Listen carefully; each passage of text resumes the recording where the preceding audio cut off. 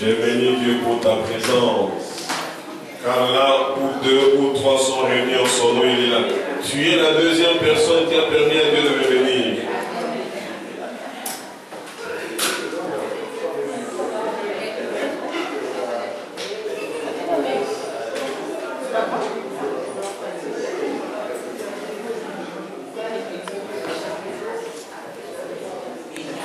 Amen.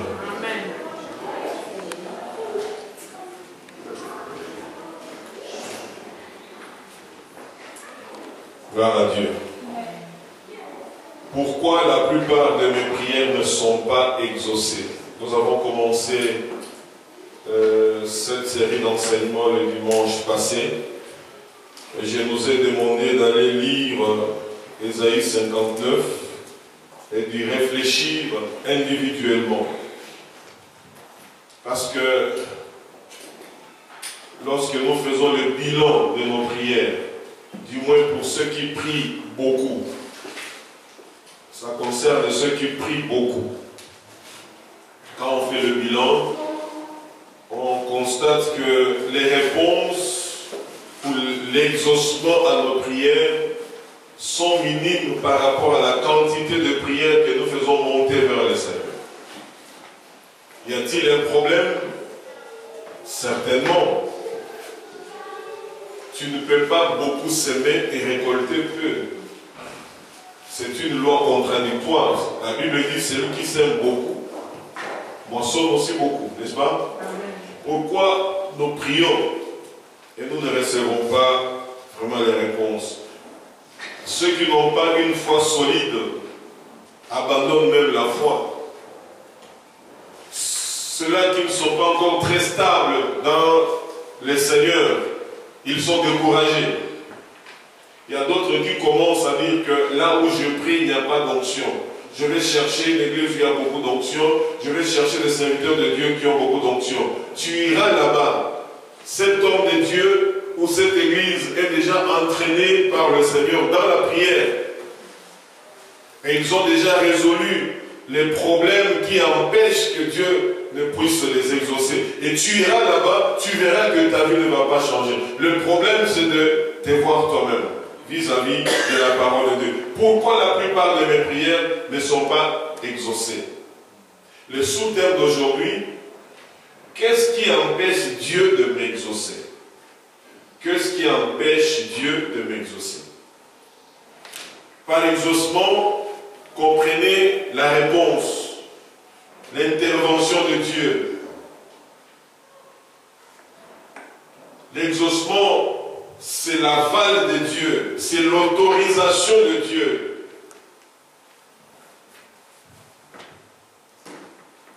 Être exaucé, c'est être accepté dans la présence de Dieu. Tout ça signifie exaucement. Ésaïe 59, je vais vous lire les deux premiers versets parce que vous avez déjà lu ça chez vous à la maison. Ésaïe 59, 1 à 2, la Bible nous dit: non, la main de l'Éternel n'est pas trop courte pour sauver, ni son oreille trop dure pour entendre, mais ce sont vos crimes qui mettent une séparation entre vous et votre Dieu. Ce sont vos péchés qui vous cachent sa face et l'empêchent de vous écouter. Amen. Amen. Ce sont vos péchés qui vous cachent sa face et l'empêchent de vous écouter. Petit point, enfin petit 1, la pratique du péché. La première des choses qui nous empêche à être exaucés par Dieu, c'est la pratique du péché. La pratique du péché. Alors, dans la pratique du péché, que faudra-t-il comprendre? C'est-à-dire que la pratique du péché signifie l'usage du péché. C'est livrer au péché. Prendre du plaisir à pécher. Prendre du plaisir à pécher, ou alors faire du péché une sorte de mode de vie. En quelque sorte, banaliser les conséquences du péché. Parce que nous vivons sous la grâce. Donc la pratique du péché, petit 1, la pratique du péché. Et pour mieux saisir cela, la pratique du péché peut aussi dire l'usage du péché. C'est livrer au péché, prendre du plaisir à pécher, faire du péché une sorte de mode de vie. En quelque sorte, vous banalisez les conséquences du péché. C'est-à-dire que le chrétien aujourd'hui, il peut pécher. En fait, le péché ne signifie plus pour lui un péché. C'est devenu une vie normale. Je pêche. Celui qui peut dire j'ai péché, c'est celui qui a la conscience que ce que je fais est mal. Si tu n'as plus cette conscience-là, tu as banalisé en fait les conséquences du péché. Et le péché devient une sorte de mode de vie. Je mens à la maison, je mens à l'école, je mens au travail, je mens à l'église, je mens au pasteur, je mens à Dieu lui-même, et ça devient tout à fait normal. Et quand on me dit de prier, je m'élève, je prie pour toute l'église à haute voix, avec de belles phrases. Bien-aimés, nous venons de lire que non, la main de l'Éternel n'est pas trop courte pour sauver. Est-ce que tu ne pries pas pour que Dieu sauve? Est-ce que tu ne pries pas pour que quelque part Dieu délivre, que Dieu intervienne?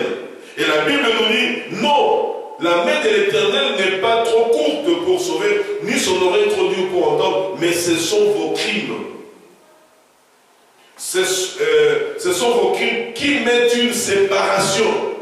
La séparation. Mur de Berlin. Le mur de Berlin veut séparer deux Allemands. Deux Allemagnes. Voilà. Alléluia. Amen. Il y a un mur de séparation entre toi et Dieu. Et vos péchés ou nos péchés nous cachent sa face et l'empêchent de nous écouter. Dieu étant miséricordieux, lent en colère et riche en bonté, la Bible nous dit, il est aussi justice. Il est le juge juste. Cela signifie que lorsque Dieu ne se retrouve pas dans ce que tu fais, ce n'est pas qu'il ne t'aime pas, mais il ne peut pas t'exaucer.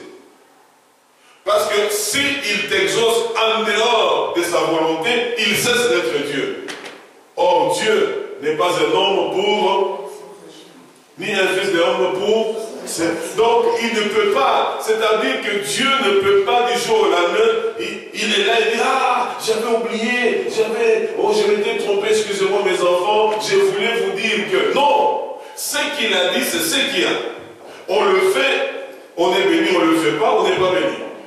C'est ça, bien aimé. La pratique du péché est devenue quelque chose qui ronge beaucoup de chrétiens. Ça ronge les églises, ça ronge les serviteurs de Dieu que nous appelons remplis du Saint-Esprit.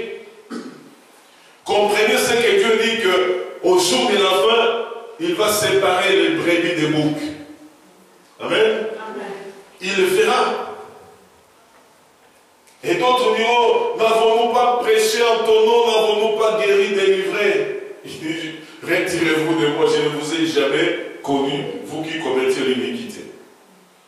Frères et sœurs, ce n'est pas parce que, au nom de Jésus-Christ, tu opères des guérisons, des délivrances, que Dieu est forcément avec toi. Dieu le Père est avec les noms de son Fils que tu proclames, que tu prêches, que tu enseignes. Voilà pourquoi au nom de son Fils, il agit. Mais ce n'est pas parce qu'il agit qu'il est d'accord avec tout ce que tu fais. C'est à toi, c'est à moi, c'est à nous de comprendre que est-ce que réellement Dieu est avec nous. La pratique du péché. Le péché nous cache la face de Dieu et l'empêche de nous écouter. Le péché met une séparation entre vous et votre Dieu. Jean 9, 31 nous dit ceci. Jean 9, 31.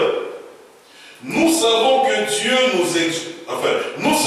Dieu n'exauce point les pécheurs. Mais si quelqu'un l'honore et fait sa volonté, c'est celui-là qui l'exauce. Amen. Amen. C'est celui-là qui l'exauce. Dieu n'exauce pas les pécheurs. Ici, ouvrons la parenthèse. Il ne s'agit pas des pécheurs païens. païen. En fait, le païen ne pêche pas. Le païen vit sa vie normale. C'est lorsqu'on a quitté la vie païenne, on devient enfant de Dieu, que le mot pécheur intervient à ce moment-là. Ici, le Seigneur parle à nous les chrétiens, à nous ses enfants. Nous savons que Dieu n'exauce point les pécheurs. Mais si quelqu'un l'honore et fait sa volonté, c'est celui-là qui l'exauce. Donc, nous pouvons prier ici, décréter 40 jours de prière, jeûne de prière. On vient le matin, on vient à midi, on vient le soir, et la nuit, on veille ici. Si nous sommes en dehors d'honorer Dieu dans sa volonté, nos prières n'auront aucun effet aux oreilles de Dieu. Alléluia. Rectifions notre manière de nous présenter devant Dieu, rectifions notre manière de parler à Dieu. Dans ce monde, j'entends les gens qu'on appelle Sa Majesté tel, l'empereur, je ne sais pas d'où. Son Excellence, Monsieur le Président de la République. Son Éminence, je ne sais pas, ambassadeur de ceci, cela. Pourquoi? Parce qu'on ne s'adresse pas à une autorité n'importe comment. Les chrétiens aujourd'hui, ils s'habillent n'importe comment, physiquement d'abord, spirituellement. Ils n'ont aucun habit qui les cache et les qualifie pour se présenter devant Dieu, c'est-à-dire l'absence totale du fruit du Saint-Esprit, mais ils sont habitués à parler. Et avec des langues compliquées aujourd'hui, on se pose la question, quels sont les vrais parler en langue? Ça devient compliqué. Même ceux qui parlaient en langue, à un moment donné, ils se disent non. Je serai aussi confondu comme tout le monde, parce qu'il suffit que tu commences à parler en langue, les gens vont dire, voilà pourquoi Paul avait dit que si quelqu'un parle en langue et qu'il n'y a pas d'interprétation, qu'on se taise dans la salle. Alors je préfère maintenant prier en langue quand je suis tout seul que le faire en public, tellement il y a trop de confusion. Alléluia. Shikaraba, Borobo, Konda, Rababako. Il n'y a que des formules au niveau préétablies. Et puis il dit, c'est par là. Le Saint-Esprit ne bégaye pas. Et lorsqu'il parle avec logique. Tant. Alléluia. Bien-aimé, Dieu n'exauce point les pécheurs. Si tu es là, tu viens régulièrement à l'église, mais tu entretiens le péché quelque part, retiens ça très bien, tu ne seras pas exaucé par Dieu. C'est aussi simple que ça. Tu peux dire aux gens, j'aime Dieu, moi mon église c'est tel, mon pasteur s'appelle tel, ça ne veut rien dire, ça ne convainc pas Dieu. C'est ton cœur qui va convaincre Dieu. Amen.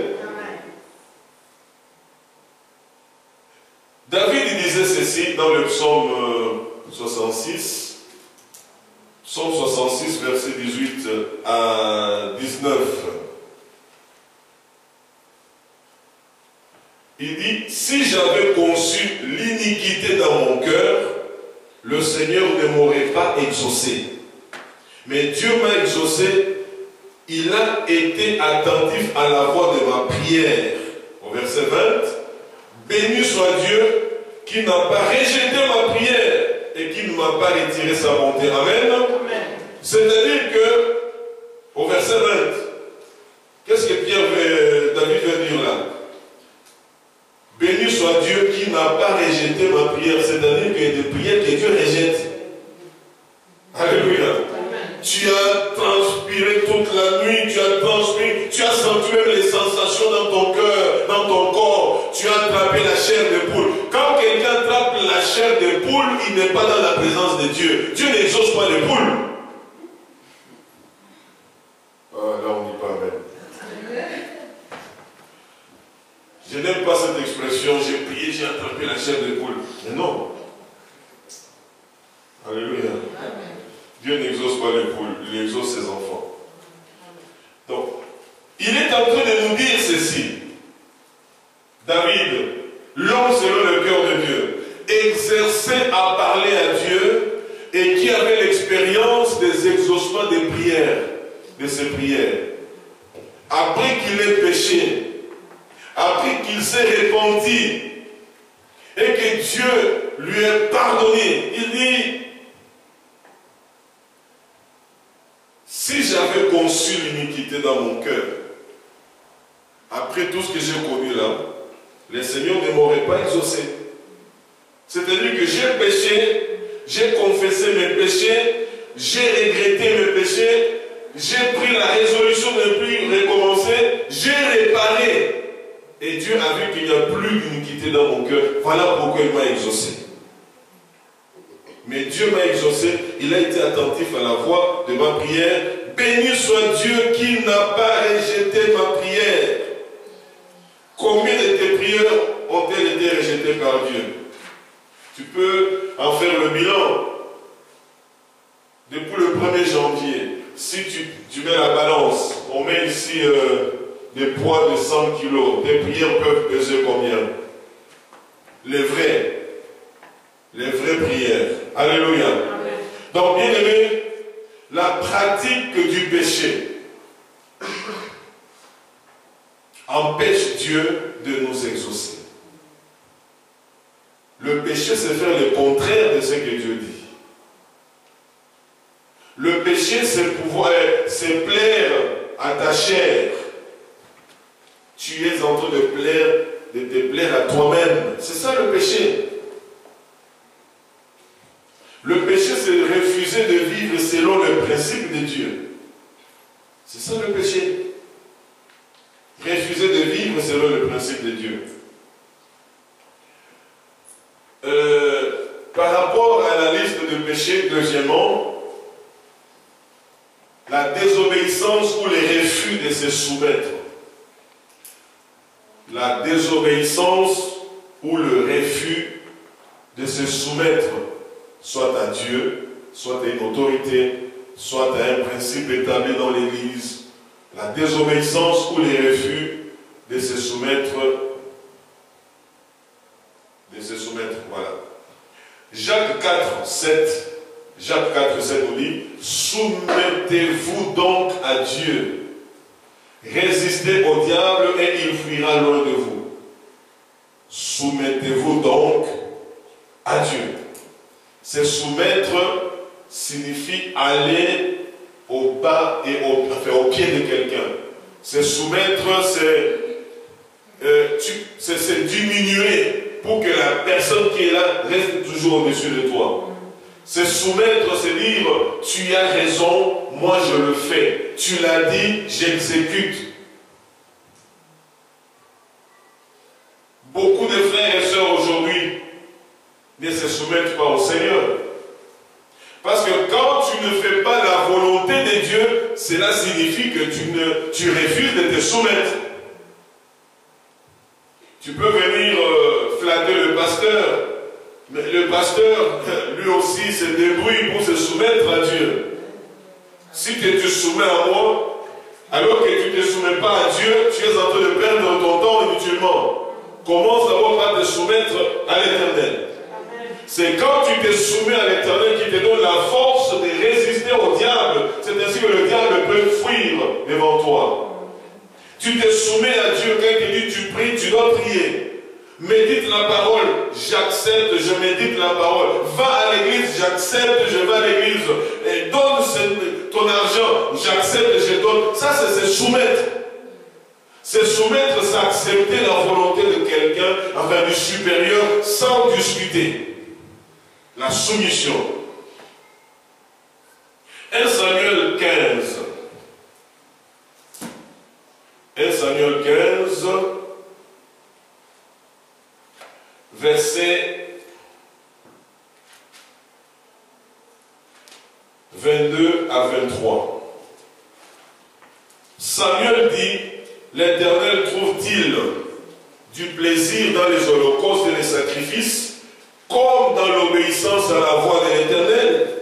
Voici l'obéissance vaut mieux que les sacrifices, et l'observation de sa parole vaut mieux que la graisse de bélier. Car la désobéissance est aussi coupable que la divination, et la résistance ne l'est pas moins que l'idolâtrie et les théraphim. Puisque tu as rejeté la parole de l'Éternel, il te rejette aussi comme roi. Parce que tu as rejeté, il te rejette aussi.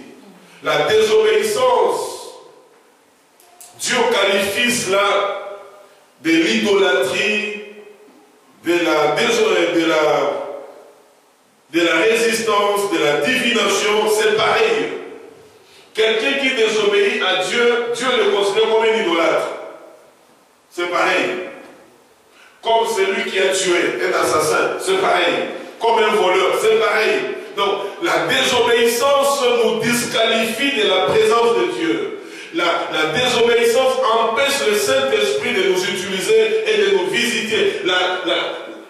La désobéissance nous plonge dans la révolte.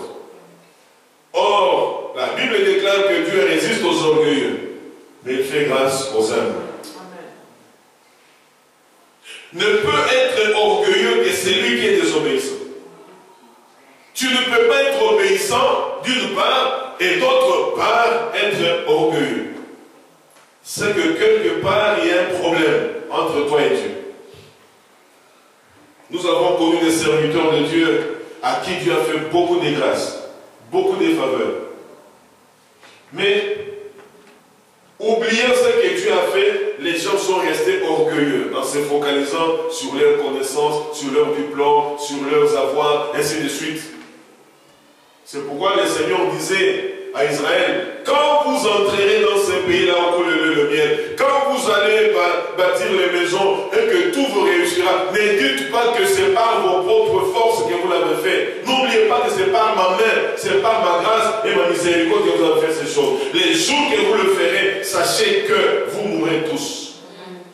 C'est ce que la Bible nous le dit. Nous voyons des serviteurs de Dieu à travers le monde. C'est là que nous craignons, il y a, entre guillemets, parce que la chair, c'est la chair, selon ce qu'on a envié. L'envie n'est pas seulement aux païens, même les chrétiens ont des envies. Alléluia. Mais nous voyons ces gens-là, soit le ministère s'éteindre, soit ils sont fauchés à fleur d'âge, ils sont partis. On s'est dit, mais Seigneur, qu'est-ce qui se passe? Il dit, mais je ne peux pas exaucer celui qui mélange. Ici, le mélange, ce n'est pas simplement aller signer un pacte avec le monde des ténèbres, avec le diable, ou devenir sorcier. Non. C'est lorsqu'on est désobéissant. Amen. On est désobéissant à l'Éternel. Cela signifie il y a le refus de se soumettre à lui. Le roi, ici, Saül, a été rejeté par le Seigneur à cause de sa désobéissance. Lorsqu'il priait, Dieu ne l'exauçait plus. Dieu ne lui répondait plus au point qu'il est allé chercher à parler à un esprit de mort. C'est pour vous faire comprendre que quelqu'un qui vivait la présence de Dieu, qui avait l'onction de Dieu, au nom de la désobéissance, Dieu l'a rejeté. Est-ce que Dieu ne t'a pas encore rejeté par hasard?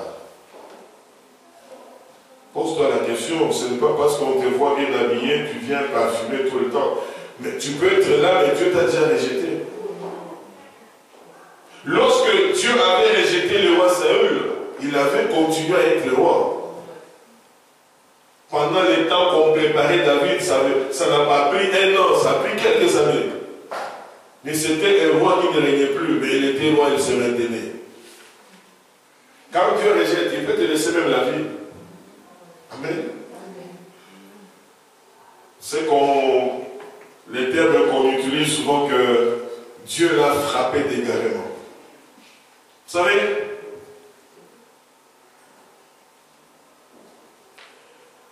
quand vous lisez Romains 1, Romains 2, vous allez voir que les gens, pour avoir désobéi à Dieu, qui avaient refusé de faire la volonté de Dieu, Dieu les avait frappés d'égarement. Quand quelqu'un est frappé d'égarement, c'est quelqu'un qui a,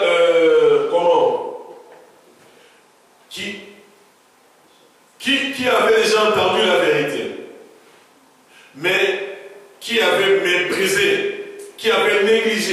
qui avait marché, piétiné sur la grâce de Dieu et qui avait foulé au pied le sang de Jésus. Plusieurs fois, le Seigneur dit, bon, celui-là n'est pas bon pour mon royaume, il te frappe d'égarement. Quand tu es frappé d'égarement, tu ne peux plus jamais accepter Jésus-Christ comme Seigneur Sauveur.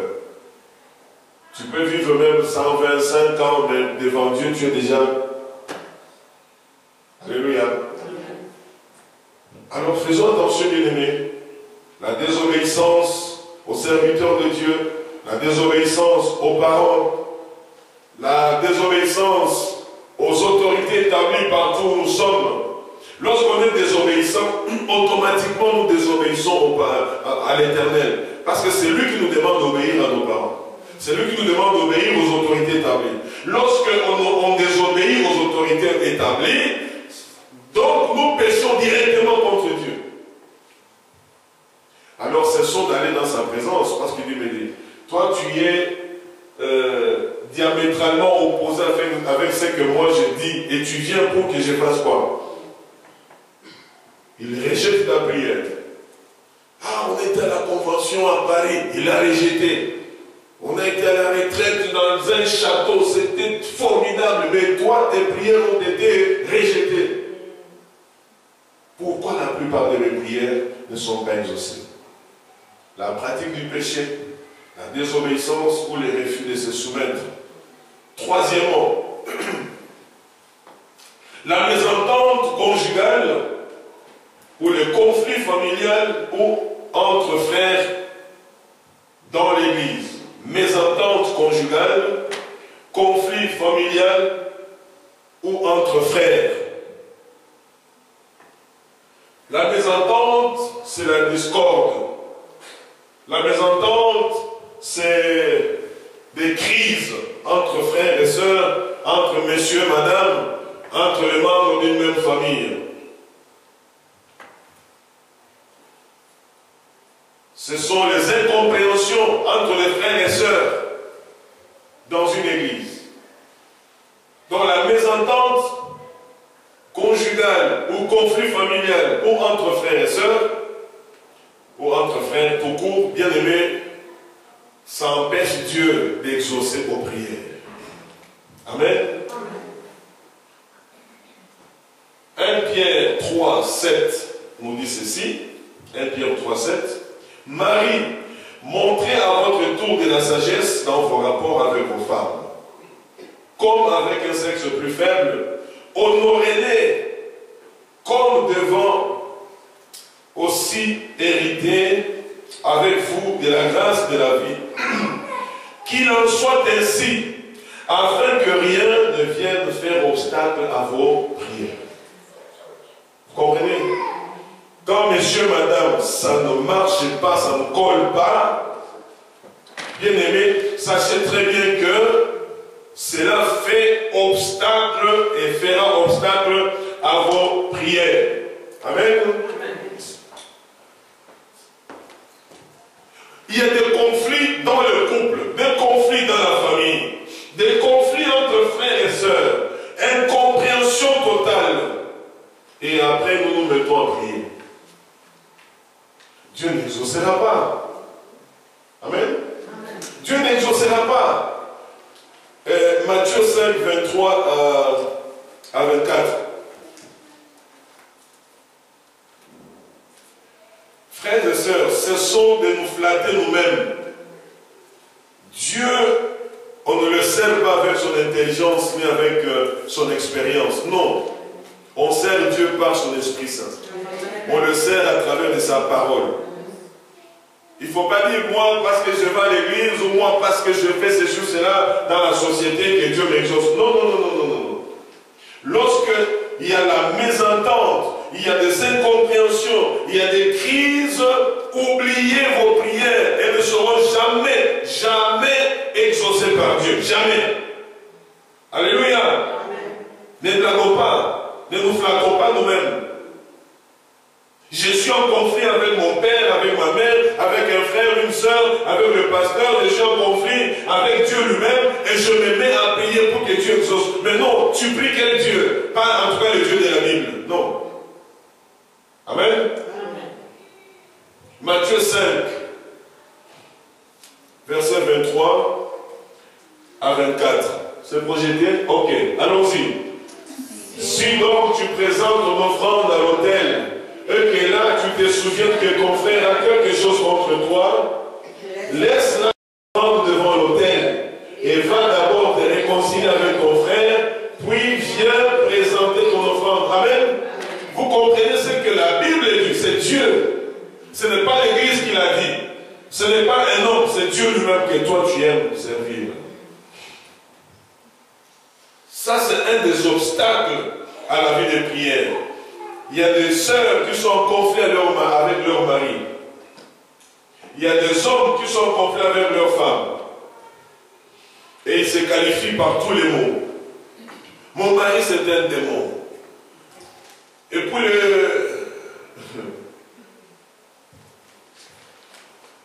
ah là là.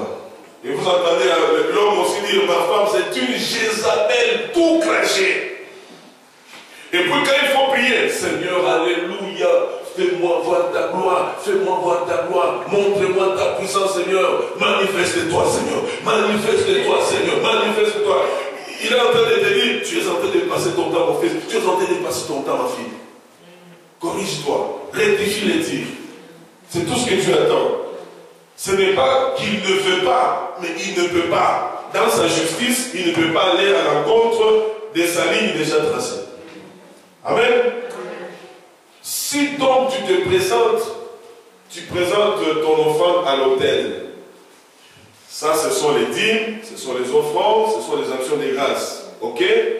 C'est ce que nos bien-aimés viennent de faire là, devant. Ceux qui ont chanté. Ceux qui ont présidé, ceux qui ont joué aux instruments, ceux qui chantaient. Et nous tous là, nous sommes venus aujourd'hui à l'autel.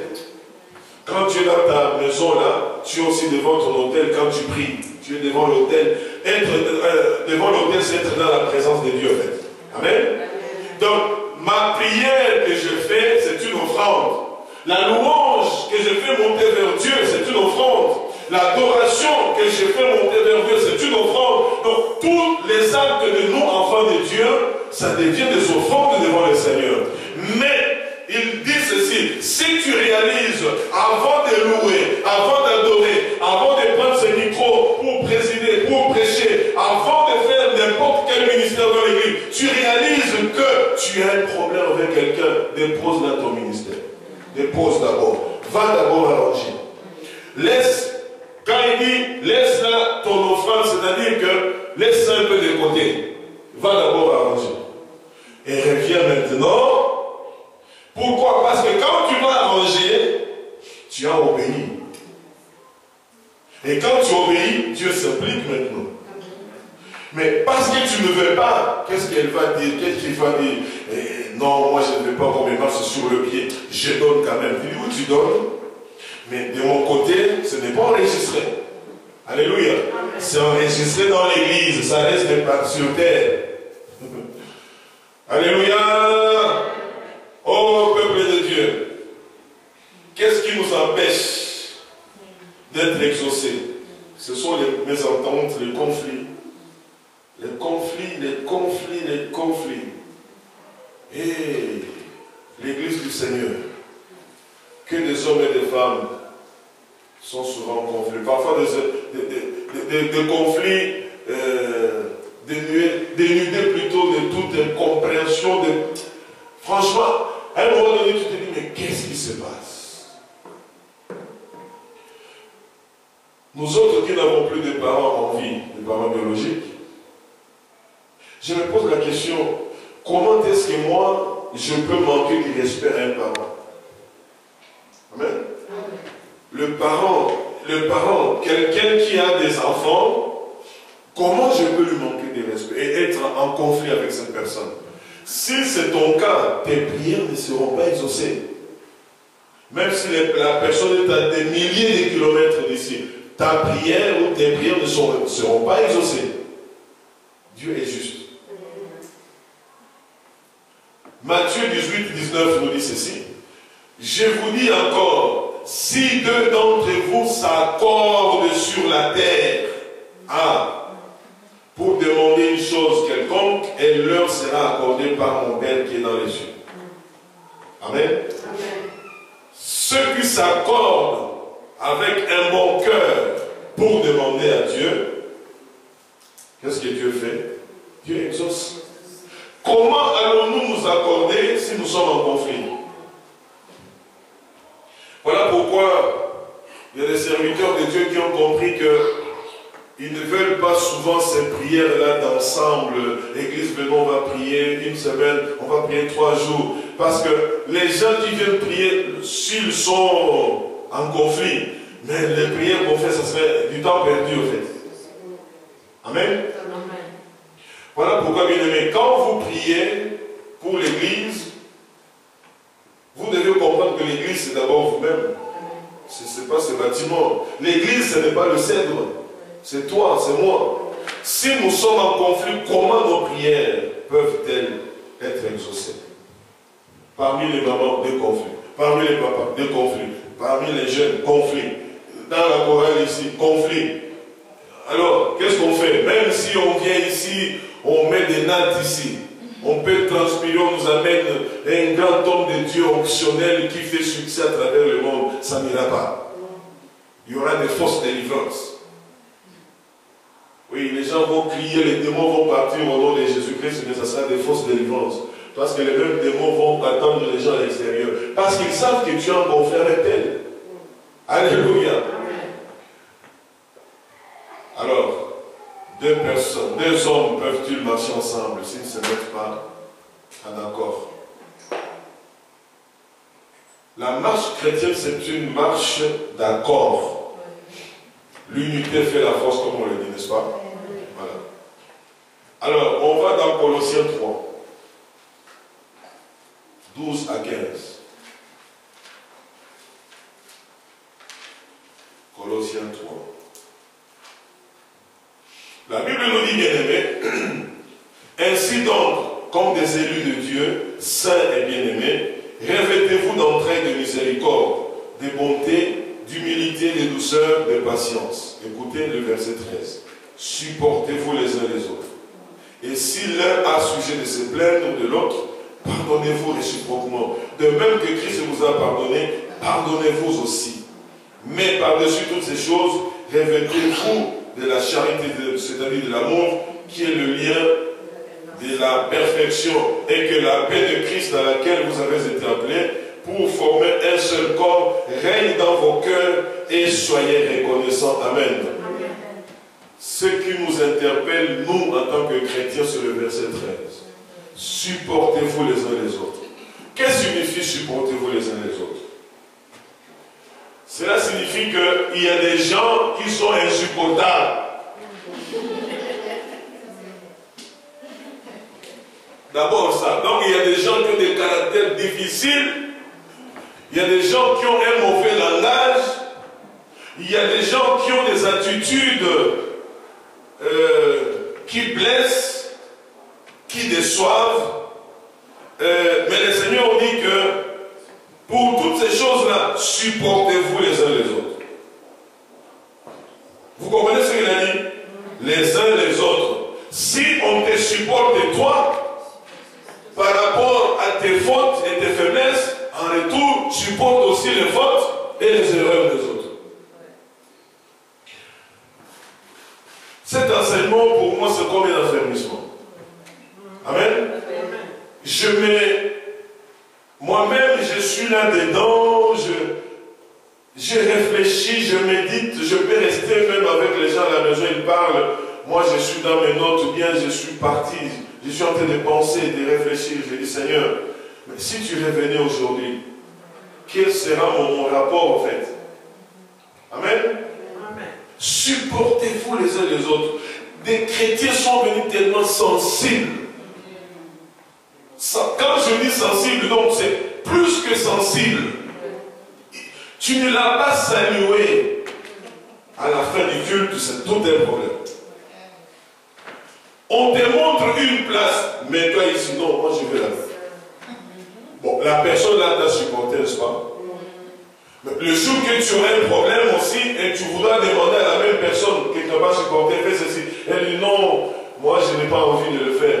Ah, mais tout le monde a envie, moi je n'ai pas envie. Ah, les sœurs d'aujourd'hui, hein, le frère. Mais tu oublies que la même personne t'avait supporté.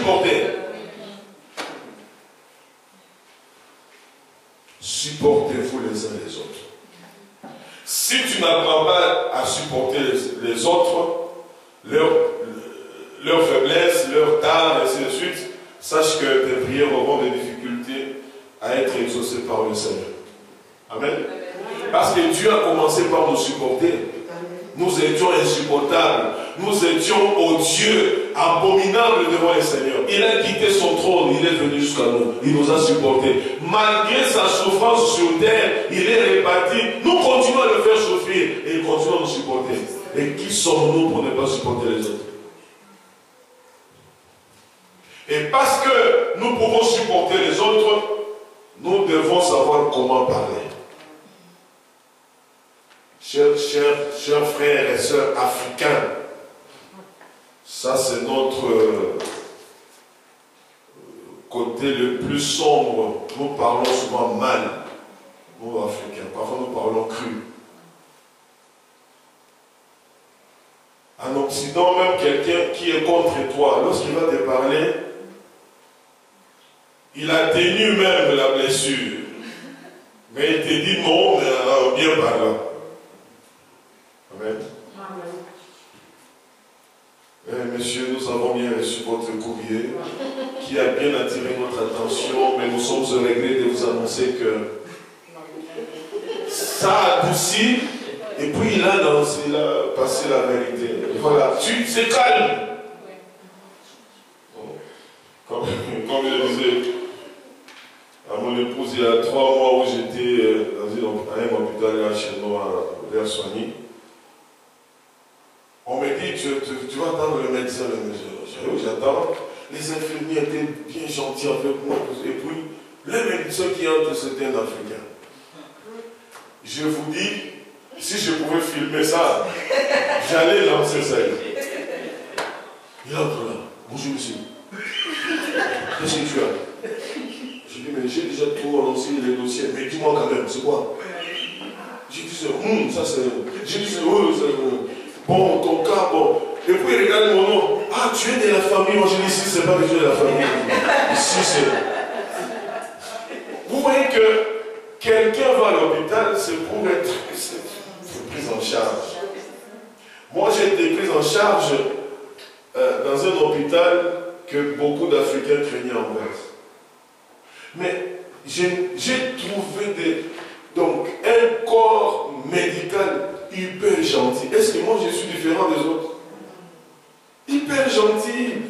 J'étais là sans vie pendant 5 jours. On pouvait même débrancher au mieux. Tu es fini. Hein? Mais ils étaient là. Alléluia. Sachons supporter les autres. C'est très important.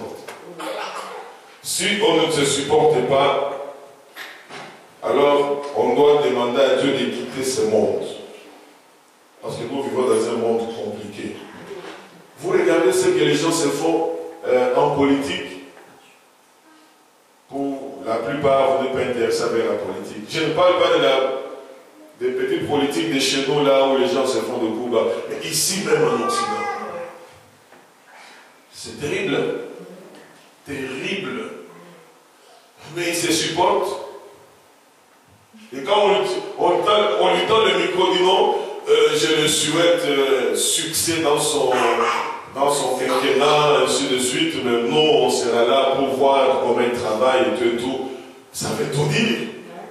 Mais il a supporté. Mais les chrétiens ne supportent pas. Le pasteur ne m'a pas visité. Le pasteur ne m'a pas appelé. Surtout maman pasteur. T'es salué, c'est un problème. Est-ce que c'est un problème? Est-ce que le boss de ton boulot t'a salué? Parfois, il y a des gens qui ont 5 ans dans une entreprise, n'ont jamais rencontré même le boss. Mais il est là tout le temps. Parce qu'il sait que le boss paye. À l'église, comme... Vous croyez que si le pasteur payait l'argent, j'aurais tenu tous ces langages ici? Jamais. Jamais. Parce que ah mon cher, il faut aller. Ce vieux-là, s'il paie le bic rouge, là c'est compliqué. Il faut être là. Mais bon. 4e point qui peut faire blocage à notre vie de prière. mépriser la parole de Dieu. Lorsqu'on méprise la parole de Dieu, bien aimé, arrêtez même de prier. Ça ne sert à rien. Éclatez-vous dans votre folie, mais cessez de prier. Proverbe 28, 9. Si quelqu'un détourne l'oreille pour ne pas écouter la loi, sa prière même est une abomination. Waouh! On presse la parole, tu dis que ça ne te concerne pas, c'est pour les autres. Tu as des problèmes, tu dis non, cette parole, non, c'est pour les autres. En fait, tu es en train de rejeter la parole. Et parce que tu rejettes la parole, tes prières devant Dieu deviennent une abomination. L'abomination, c'est ce qui est vilain. L'abomination, c'est ce qui est impur. L'abomination, c'est ce qui dégage une mauvaise odeur. C'est ça, être abominable. Amen. Si quelqu'un détourne l'oreille pour ne pas écouter la loi, ici la loi c'est la parole de Dieu, sa prière même est une abomination. C'est-à-dire que toi, qui néglige, qui méprise, qui foule au pied la parole de Dieu, qui l'oublie même, sache que tes prières devant Dieu sont abominables. Pourquoi? Parce que le vrai langage que Dieu entend quand nous prions, c'est le langage de sa parole. Amen. Beaucoup de prières ne sont pas exaucées parce qu'elles ne sont pas priées dans le langage de Dieu. Seigneur, donne-moi, je vais aller au McDo, Seigneur, donne-moi, Seigneur, je veux me marier, Seigneur, d'accord, mais ça c'est pas le langage que Dieu entend. Dieu entend par exemple, Seigneur, tu as dit, il n'est pas bon que l'homme soit seul, tu lui ferais une œuvre semblable. Seigneur, tu as déjà touché Dieu par sa parole. Seigneur, tu dis que si nous sommes dociles, il n'y aura personne, il n'y aura pas, tu éloigneras la maladie de nous, il n'y aura pas ceci, il n'y aura pas cela. Seigneur, tu es celui qui me dit que tu es celui qui guérit, voilà. Mais il y a des gens qui viennent, ils commencent avec des formules dans les faubourgs de... Commence à dire au Seigneur, quand j'étais dans le trou du métro, tout ça, Dieu ne comprend rien. Il faut lui parler selon sa parole. Alléluia. Ah, mes enfants sont devenus des fous, Seigneur. Comment tu m'as donné des fous dans la maison? Moi, je n'étais pas fou. Ce que tu es en train de dire là, Dieu ne l'entend pas. Parce que ce n'est pas dans son langage à lui. Tu as dit, Seigneur, que les enfants sont les trésors que tu donnes à tes rois, que les enfants, Seigneur mon Dieu, sont comme des oliviers autour de sa table, que les enfants sont... Voilà. Mais pourquoi, Seigneur, je constate ça dans la vie de mes enfants? Et là, il te dit, invoque-moi et je te répondrai. Je te montrerai des grandes choses, des choses que tu ne connais pas. Je vais te révéler ce qui ne va pas dans la vie de tes enfants. Alors prie. À ce moment-là, Dieu t'exauce. Amen. Osée 4, 6, que beaucoup connaissent, mais c'est la dernière partie qui m'intéresse, qui nous intéresse. Mon peuple est détruit parce qu'il manque la connaissance.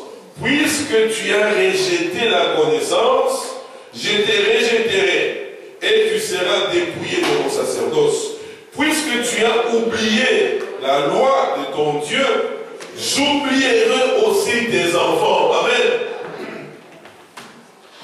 Est-ce que nous aimons Dieu parce qu'on nous appelle chrétiens? Nous aimons Dieu parce que ça nous fait du bien de venir à l'église? Ou alors nous aimons Dieu et nous devons mettre en pratique sa parole? Être chrétien disciple, c'est mettre la parole de Dieu en pratique. La connaître et la mettre en pratique.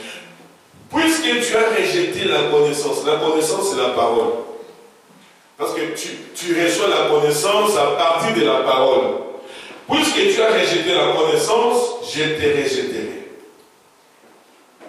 Cela veut dire que celui qui a rejeté la parole, Dieu va rejeter ses prières. Amen. Et tu seras dépouillé de mon sacerdoce. C'est-à-dire que quand tu viendras dans ma présence, tu seras dépouillé. Tu ne sauras même pas. Et j'oublierai aussi tes enfants parce que tu as oublié ma loi. Amen. Peuple de Dieu.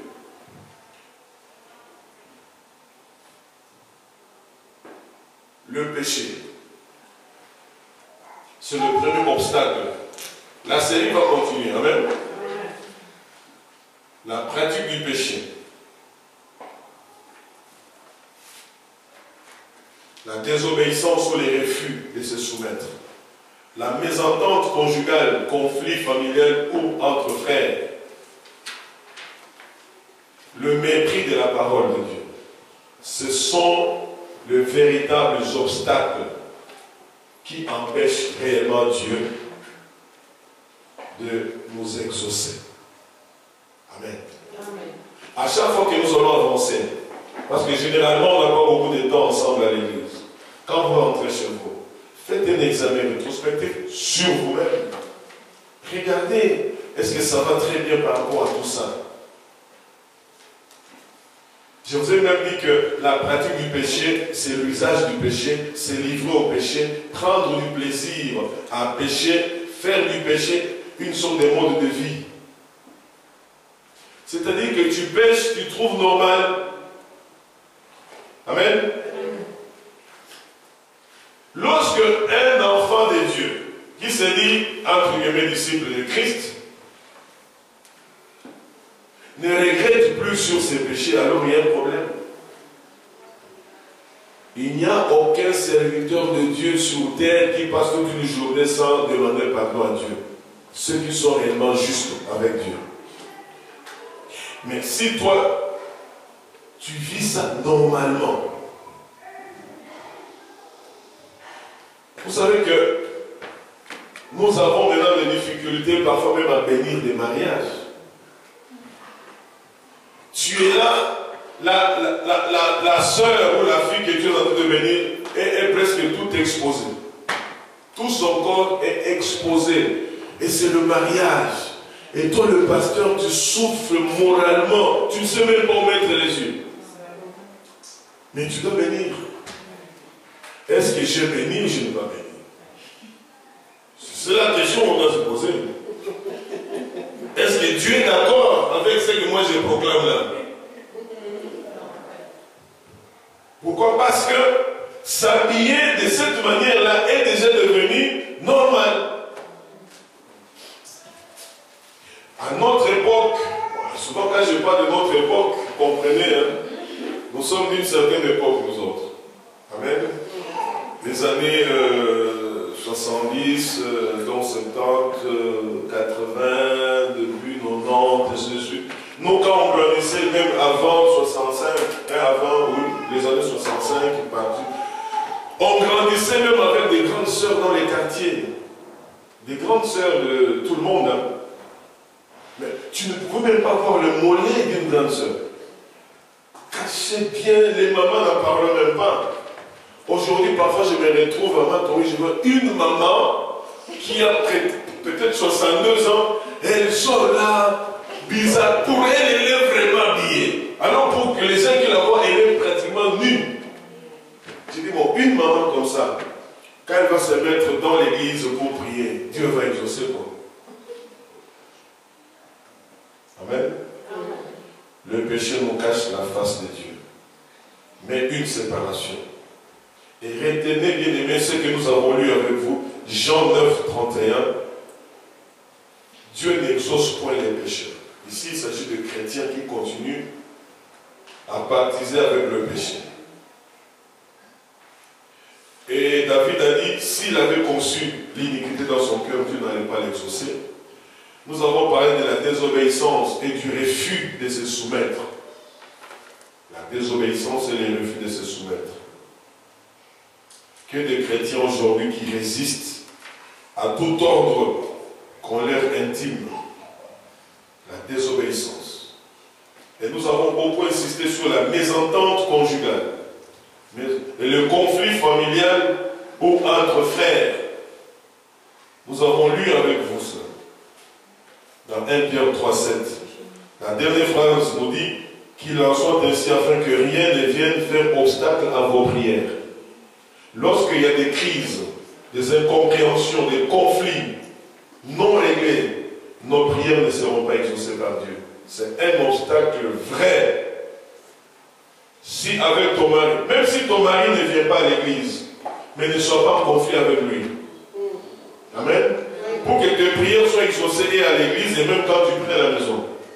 Mais si tu es en conflit avec lui, je sais qu'il y a des maris qui ne viennent pas à l'église, mais qui laissent leurs épouses aller à l'église. C'est tout à fait normal. Mais ne soyez pas en crise avec ces gens-là. Amen. Ne soyez pas en crise avec ces gens-là parce que ça peut être un obstacle à la prière. Et nous avons lu Matthieu 5, 23 à 24. Si donc tu présentes ton offrande à l'autel et que là tu te souviens que ton frère a quelque chose contre toi, laisse là ton offrande devant l'autel et va d'abord te réconcilier avec ton frère, puis viens présenter ton offrande. Amen. Ça me rappelle un culte que j'avais assisté en 92, 93. C'était à Scarbeck à l'époque. La nuit était à Scarbeck. L'homme de Dieu a prêché, c'était par rapport à des réconciliations, ainsi de suite. Et puis il dit, le Saint-Esprit me convainc que j'arrête le message momentanément. Si dans la salle, il y a des gens qui ont des problèmes, je vous autorise de vous déplacer, d'aller vous demander pardon. Aïe. On était 500 personnes par là. Il dit non, le Seigneur vient de me le dire, ça va se faire ici. Et puis, on voit un frère s'élever, il était au fond. C'est un frère de service d'ordre, qui n'était pas avec moi. J'étais sa nationalité. J'ai dit, ah voilà, au moins un courageux. Mais le problème, c'est qu'il a quitté le fond, il a traversé. J'ai dit, Seigneur, il ne vient pas vers moi quand même là. Il est allé vers quelqu'un. Il a parlé. Ah, applaudissons, que Dieu vous bénisse. Quelqu'un d'autre s'élève. Quelqu'un d'autre s'élève. Bon, mais le problème est celui-ci. Pour moi, ça n'engage que moi, la personne qui avait fait la vraie démarche, c'est la première personne à s'élever. Tous les autres là, c'était des suiveurs pour que ça se passe bien, tout. Parce que quand les gens sont convaincus par ce que le Saint-Esprit dit à ce moment-là, c'est spontané. Ça s'élève.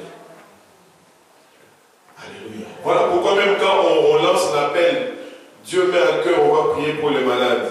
Vous voyez les gens, non, Dieu me demande de prier pour les malades. Les gens sont là. Et quand une seule s'élève, alors, oh, cet esprit-là. Mésentente conjugale. Conflit dans la famille, entre frères, Dieu n'exauce pas. Voilà pourquoi nous avons lu aussi avec vous Colossiens 3, 12 à 15, que nous devions nous revêtir d'entrain de miséricorde, de bonté, d'humilité, de douceur, de patience. Et nous avons beaucoup insisté au verset 13, supportez-vous les uns les autres. Amen. Amen. Et enfin, méprisez la parole de Dieu. Quand vous méprisez plutôt la parole de Dieu, vos prières auront des difficultés à être exaucées. Si Dieu nous fait grâce, la suite le dimanche prochain, chez vous, allez relire et le verset. Mettez votre vie en ordre. Amen. Amen. Mettez votre vie en ordre. Parce que lorsque nous allons commencer à décréter le prière ici, je ne veux pas qu'on décrète des prières pour faire du plaisir aux gens. Dans notre église, on prie aussi. Ça ne m'impressionne pas. Le pasteur qui vous parle, Dieu l'a vraiment forgé que dans la prière. Moi, je suis intercesseur depuis les années 87.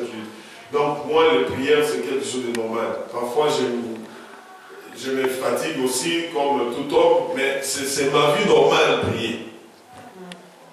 Et si je commence à vous dire les exaucements, vous allez dire, mais comment il fait? Mais à côté de cela, il y a plein de choses que Dieu n'a pas encore répondu. Mais je continue à prier. Amen. Amen. Que Dieu vous bénisse.